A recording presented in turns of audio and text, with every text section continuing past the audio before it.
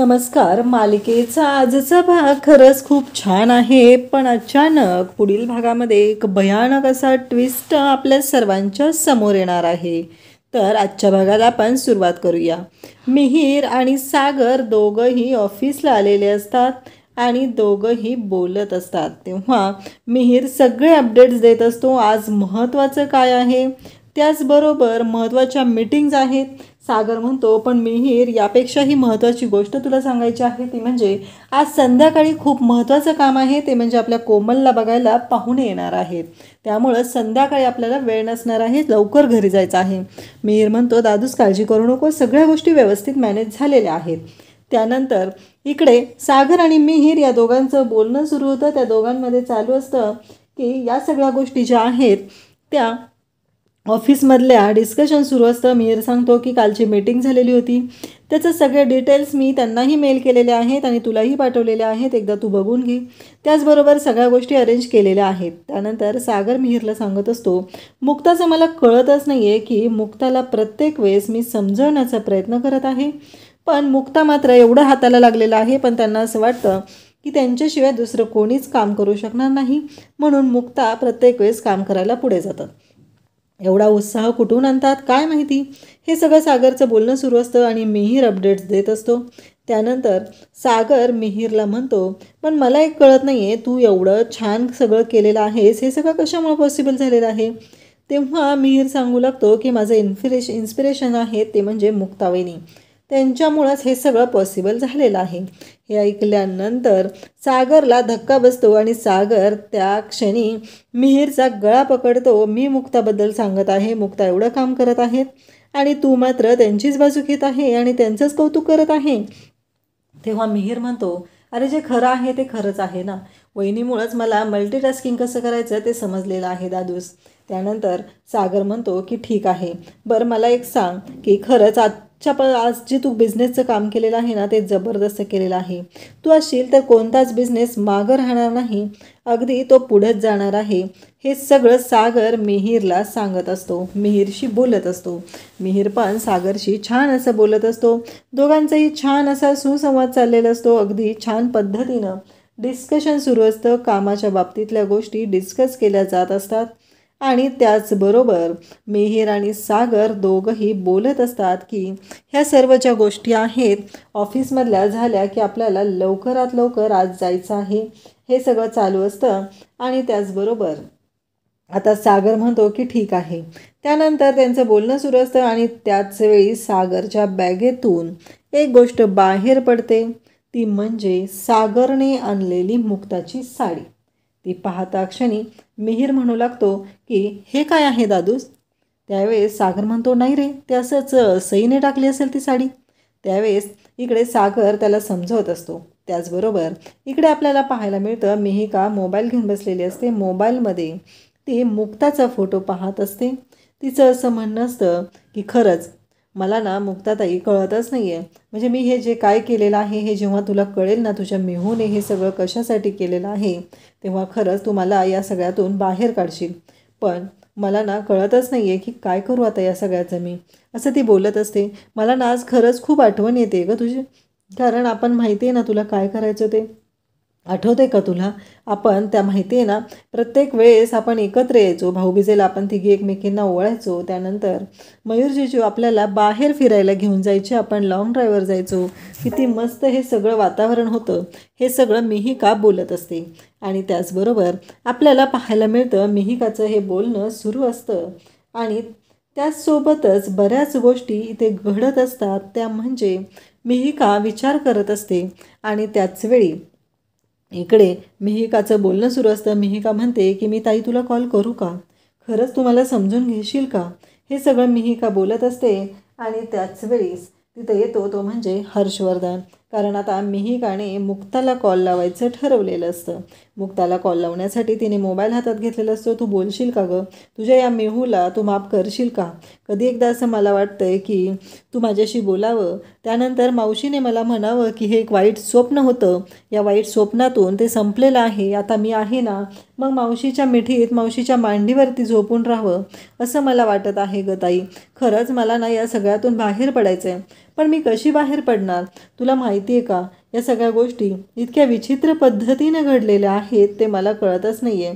हे सगळं बोललं जात असतं आणि त्याचबरोबर इकडे पाहायला मिळतं की या सगळ्या गोष्टी जेव्हा घडत असतात तेव्हा मात्र तिथे हर्षवर्धन आलेला असतो. हर्षवर्धन पाहत असतो आणि तो म्हणत असतो की काहीही झालं तरी या सगळ्यातून आपल्याला या सगळ्या गोष्टी तुझ्या काय चाललेल्या आहेत ना ते मला कळलं पाहिजे. तू नक्की काय करत होतीस ते मला कळलं पाहिजे, हे हर्षवर्धन बोलत असतो. तेव्हा तो म्हणत असतो की तू तुझ्या याराला फोन लावत होतीस की काय? तेव्हा मिहिकाला खूप राग येतो. मिहिका म्हणते की बाद झालं, तुझं आत्तापर्यंत खूप ऐकून घेतलेलं आहे, यापुढे एक गोष्टही ऐकून घेतली जाणार नाही. आणि तू यार काय म्हणतोयस? तो माझ्या पोटातल्या बाळाचा बाप आहे आणि त्याबद्दल नीटच बोलायचं, हे सगळं मिहिका सांगत असते. आणि इकडे मिहिरने साडी हातात घेतलेली आहे आणि तो म्हणत असतो की दादूस, अरे घरात कोणाचा टाप आहे की तुझ्या बॅगेला हात लावायचा आणि तू मला सांगतोय की सई नाही, तुझी मुलगी ही साडी याच्यामध्ये टाकू शकते? अरे पटेल असं बोलणार रे दादूस, असं तो बोलत असतो. आणि त्यावेळेस सागर हसू लागतो. तेव्हा मिहिर म्हणतो, सांग ना मला नक्की काय आहे ते, मी तुला मदत करू शकतो याच्यामध्ये. तेव्हा सागर म्हणतो की अरे मुक्ताच्या हाताला लागलेला आहे आणि त्यांना साडी नेसताना खूपच त्रास होत आहे, त्यामुळं मग मी हे. तेव्हा मिहिर म्हणतो, पण तू ऑफिसमध्ये, मान्य आहे मला, ऑफिस तुझं आहे, तू काहीही करू शकतो, या सगळ्या गोष्टी मला मान्य आहेत, पण एक गोष्ट लक्षात येते का तुझ्या? कारण तू विचार कर ना की ही साडी तू नेसणार कशी आहे, कसं ट्राय करणार आहेस? तेव्हा सागर म्हणतो की ऑनलाईन. तेव्हा मिहिर म्हणतो, असं आहे का, बरं जाऊ दे दादूस, मी तुला ना एक मस्त आयडिया देतो. कसं आहे माहिती आहे का, ही साडी ना मला बेस्ट नेसता येते आणि मी तुला शिकवू शकतो कशी नेसायची आहे ते. ते ऐकल्यानंतर सागर म्हणतो, खरंच तुला येते नेसता? तेव्हा मिहिर म्हणतो, अगं अरे बायका पण नेसणार नाहीत एवढी सुंदर मी ही साडी नेसू शकतो. हे सगळं अशा पद्धतीनं मिहिर सांगत असतो. आणि मग सागर म्हणतो की ठीक आहे. आणि सागर सांगत असतो की काहीही झालं तरी ही गोष्ट कुणाला कळू द्यायची नाही. आणि आता मिहिर सागरला शिकवणार असतो की साडी कशा पद्धतीनं नेसायची आहे ते. त्यानंतर आपल्याला पाहायला मिळतं की इकडे मुक्ता हॉलमध्ये आलेली असते. हॉलमध्ये पाहते तर कोमल मोबाईलवरती त्या मुलाचा फोटो पाहत असते. आणि त्याचबरोबर इकडे कोमलचं बोलणं सुरू असतं, मनाशीच बोलत असते आणि लाजत असते. तेव्हा मुक्ता तिथे येते आणि म्हणते, मी हेच विचारायला आले होते की तुझं काय म्हणणं आहे, पण आता मला कळलेलं आहे की तुला नक्की काय म्हणायचं आहे ते. ते स्वतःच मुक्ता सांगत असते. म्हणते की तू जेव्हा त्या फोटोमध्ये पाहत होते तेव्हा तुझ्या लाजण्यातूनच मला कळलेलं आहे. आता मला सांग, संध्याकाळी तो मुलगा आला की बोलणार आहेस का लाजणार आहे? पण तुला खरं सांगू का, म्हणजे या घरामध्ये मला एक कळत नाही आहे, माझं आणि जेव्हा तुझ्या दादूचं लग्नाचं बोलणं झालं होतं तेव्हा मला असं काहीही वाटलं नव्हतं बरं का. कारण आमच्या मनामध्ये तसं काही नव्हतं ना, आम्ही कधी विचारच केला नव्हता लग्न करायचं. त्यानंतर त्या दोघीजणी बोलत असतात, त्या दोघींचं बोलणं सुरू असतं आणि मुक्ता इकडे बोलत असते. ती सांगत असते की तुझ्या लक्षात आहे का? तेव्हा इकडे कोमल म्हणत असते की मुक्ता वहिनी, तुला माहिती आहे का, या घरामध्ये मी बऱ्याचशा गोष्टी तुला बघून शिकलेली आहे. तेव्हा मुक्ता म्हणते, या घरामध्ये मी जेव्हा आले तेव्हा मला समजून घेणारी, मला सपोर्ट करणारी एकच व्यक्ती होती, सई पाठोपाठ तू मला या घरामध्ये खूप समजून घेतलेला आहे, माझा विचार केलेला आहे, माझ्या भावना तुला कळत होत्या, माझ्याशी तू खूप छान समजून घेत होती. तुझ्या दादूचं आणि माझं रिलेशन काय होतं हे तुलाही माहिती आहे, पण तू माझी सपोर्ट सिस्टीम बनून माझ्या पाठीशी खंबीरपणे उभी राहिलीस. खरंच तू ज्या घरात जाशील ना त्या घरात सुखच घेऊन जाणार आहे, कधीही तू त्या घरामध्ये दुःख देणार नाही, तू सगळ्यांना आपलंसं करणार आहे. त्यावरती कोमल म्हणत असते की मुक्ता वहिनी, तुला माहिती आहे का, या सगळ्या गोष्टी मी तुला बघून शिकलेली आहे, मी तुझ्याकडून शिकलेली आहे. हे सगळं मला तुझ्या वागण्यातून, तुझ्या बोलण्यातून कळलं. कारण कोळी कुटुंबामध्ये येऊन त्या कुटुंबाला ॲक्सेप्ट करणं, त्या कुटुंबाशी जुळवून घेणं, ह्या गोष्टी वाटतं तेवढ्या सोप्या नव्हत्या मुक्तावहिनी. परंतु तू हे सगळं मॅनेज केलं, तू या कुटुंबाला आपलंसं केलं, या घरातील प्रत्येक व्यक्तीला आपलंसं केलं. आणि माझा दादूस जो कधीही तोंडातून शब्द काढायचा नाही, तो रागात असायचा, त्या दादूसला तू आपलंसं केलेलं आहे. या घरातल्या प्रत्येक माणसाला तू हसायला शिकवलेलं आहे, या घरातल्या प्रत्येक माणसाला तू एकत्र येऊन आपापले प्रॉब्लेम शेअर करायला शिकवलेलं आहे, एकमेकांशी बोलायला शिकवलेलं आहे. या कितीतरी गोष्टी वहिनी मी तुझ्याकडून शिकलेली आहे. तू माझं इन्स्पिरेशन आहे. तुझ्यामुळं मी हे सगळं करू शकलेले आहे. हे सगळं कोमल बोलत असते. आणि त्याचबरोबर मुक्ता म्हणत असते, अगं बास बास, मुलगा आल्यावर असंच बोलणार आहे का लाजणार आहे. त्यानंतर आपल्याला पाहायला मिळतं की मुक्ताही तिच्याशी बोलत असते, तिला सांगत असते. त्याचबरोबर कोमलला म्हणत असते की अगं जरा सावकाश, कारण ह्या गोष्टी खूपच अति होत आहे, तू एवढं कौतुक नको करू. त्यानंतर आपल्याला पाहायला मिळतं की इकडे मिहीरने साडी कशी नेसवायची हे पूर्णपणे शिकवलेलं असतं आणि सागर त्या पद्धतीने साडी नेसायला शिकत असतो आणि मिहीर त्याला शिकवत असतो. सागर बघतो आणि मिहीरला म्हणतो की अरे जमेल नाही. मिहीर म्हणतो का नाही जमणार, मी आहे ना आणि मी शिकवलंय तुला, तुला नक्की जमणार आहे दादूस हे सगळं, असं मिहीर बोलत असतो. त्यानंतर आपल्याला पाहायला मिळतं की इकडे मिहीर आणि सागर बोलतच आहे, त्यांच्या दोघांचं बोलणं सुरू आहे. त्याचबरोबर इकडे कोमल आणि मुक्ता यांचंही बोलणं सुरू आहे. मुक्ता तिला समजवत आहे, आता घरात येणार आहेत, पाहुणे येणार आहे, त्यांच्याशी कशा पद्धतीनं बोलायचं आहे. तेवढ्यातच इंद्रा तिथे येते, स्वाती येते आणि ते सगळेजण इकडे बोलू लागतात. ते म्हणू लागतात की हाच ड्रेस कोमल तू घाल, आणि कोमलचे सगळे ड्रेसेस इंद्राने काढून आणलेले असतात. आणि मग इकडे स्वाती म्हणत असते, मला ना मम्मी कळतच नाही आहे, मुलगा बघायला येणार आहे आणि तू असे ड्रेस काय घेऊन आलेस, साडी नेसू दे ना तिला. तेव्हा इकडे मुक्ता म्हणते की साडी नेसली काय आणि ड्रेस घातला काय, आपली कोमल छानच दिसणार आहे. तेव्हा इंद्रा आणि स्वाती हसत असतात, मग ड्रेस घालायचा असेल तर हा घालू दे.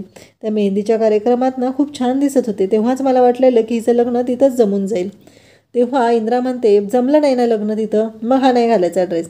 या दोघींचं भांडण चालू असतं. तेव्हा मुक्ता म्हणते की काय तुमच्या दोघींचं, अरे आपल्या होऊ घातलेल्या नवरीला तरी विचारूया ना, तिला कोणता ड्रेस हवा आहे, तिला कोणता ड्रेस आवडत आहे, तो ड्रेस आपण तिला घालायला सांगूया, असं मुक्ता बोलत असते. तेव्हा मात्र इकडे स्वाती इंद्रा सर्वजण पाहत असतात आणि मग त्या विचारतात की तुला कोणता ड्रेस घालायचा आहे.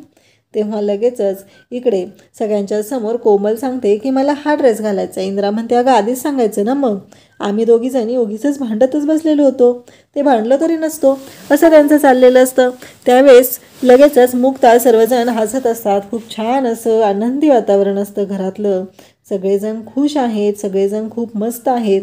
पण या खुश असलेल्या वातावरणामध्ये मिठाचा खडा घालवायचं काम करणार आहे ती म्हणजे सावनी. सावनीने हातामध्ये एक गोळी घेतलेली आहे आणि ती म्हणत आहे की कोमल, इतके दिवस तू रडारवर नव्हतीस ग माझ्या, पण आत्ता मला कळलेलं आहे की तुला त्रास दिला तर तुझ्या दादूजला आणि तुझ्या मुक्तावेणीला त्रास होणार आहे. या घरामध्ये कधीही मी आनंद येऊ देणार नाही, या घरामध्ये कधीही मी आनंदाचं वातावरण येऊ देणार नाही. त्यामुळं लवकरच या घरामध्ये दुःख कसं येणार आहे ते मी पाहणार आहे, असं म्हणत तिने आता कोमलला ती गोळी, नशेची गोळी द्यायचं काम करणार असते. आणि इकडे आपल्याला पाहायला मिळतं की आता पुण्याच्या भागामध्ये पाहुणे आलेले आहेत, सगळं कोळी कुटुंब तिथं आहे, खूप छान असं बोलणं झालेलं आहे. आणि त्याचबरोबर सगळेजण बोलत आहेत आणि त्याचवेळी तिथे ते म्हणतात की आमच्याकडून तर ही सोयरी पक्की आहे हे सांगितलं जातं. आणि तेव्हा इंद्रा त्याचबरोबर सागर या सर्वांना खूप आनंद झालेला असतो. फायनली कोमलचं लग्न फिक्स झालेलं आहे आणि ते जायला निघत असतात. आम्हाला मुलगी पसंत आहे, इकडून यांना मुलगा पसंत आहे, या सगळ्या गोष्टी घडत असतात. आणि त्याचबरोबर आपल्याला पाहायला मिळतं की अचानक कोमलला चक्कर येऊ लागते. नुसती चक्कर येत नाही तर तिला फिट्स येऊ लागतात. इंद्रा, सागर, मुक्ता या सगळ्यांना कळायचं बंद झालेलं असतं की कोमलला कशी काय फिट्स येत आहेत. आजपर्यंत कोमलला फिट्स कधीच आलेल्या नव्हत्या, मग अचानक असं काय झालेलं आहे, अचानक कोमलला फिट्स काय यायला लागलेल्या आहेत. आणि त्याचबरोबर इकडे सगळ्यांच्या समोर हे घडत आहे. त्यामुळं सगळ्यात मोठी गोष्ट घडलेली असते ती म्हणजे सगळ्यांना धक्का बसलेला असतो आणि इकडे आपल्या कोमलला रूममध्ये आणलं जातं आणि त्याचबरोबर तिथे सगळ्यांच्या समोर, मुक्ताच्या समोर तिथे सगळेजण म्हणत असतात की ते मुलाकडचे सांगत असतात की काही झालं तरी तुम्ही आम्हाला फसवलेलं आहे, तुमच्या मुलीला अशा फिट्स येतात, ही गोष्ट तुम्ही आम्हाला आधी सांगायला हवी होती, तुम्ही आमच्यापासून लपवलेलं आहे. तेव्हा इंद्रा, सागर, मुक्ता सांगत असतात की अहो नाही, कधीच अशा तिला फिट्स आलेल्या नाही, ती तशी मुलगी नाही आहे, खूप चांगली मुलगी आहे, असं इकडे मुक्ता त्यांना सांगत असते, पण ती लोक मात्र ऐकायला तयारच नसतात. ते म्हणत असतात, तुम्ही आम्हाला फसवलेलं आहे, असली मुलगी आम्हाला आमच्या घरची सून म्हणून नको आहे असं म्हणत त्यांनी लग्न मोडलेलं असतं. आणि ते मुक्ताच्या पाठीमागं सागर आणि मुक्ताच्या पाठीमागं उभी असते ती म्हणजे सावनी. आणि ती म्हणत असते, जे मला हवं होतं तेच मी करणार होते आणि माझ्या म्हणण्यानुसार आता पुन्हा एकदा कोळी कुटुंबात दुःख आलेलं आहे आणि मुक्ताने कितीही प्लॅन केला तरी हे कुटुंब मी आनंदी राहू देणार नाही असा विचार सावनीने केलेला असतो. अशाच अपडेटसाठी चॅनलला सबस्क्राईब करा. थँक्यू.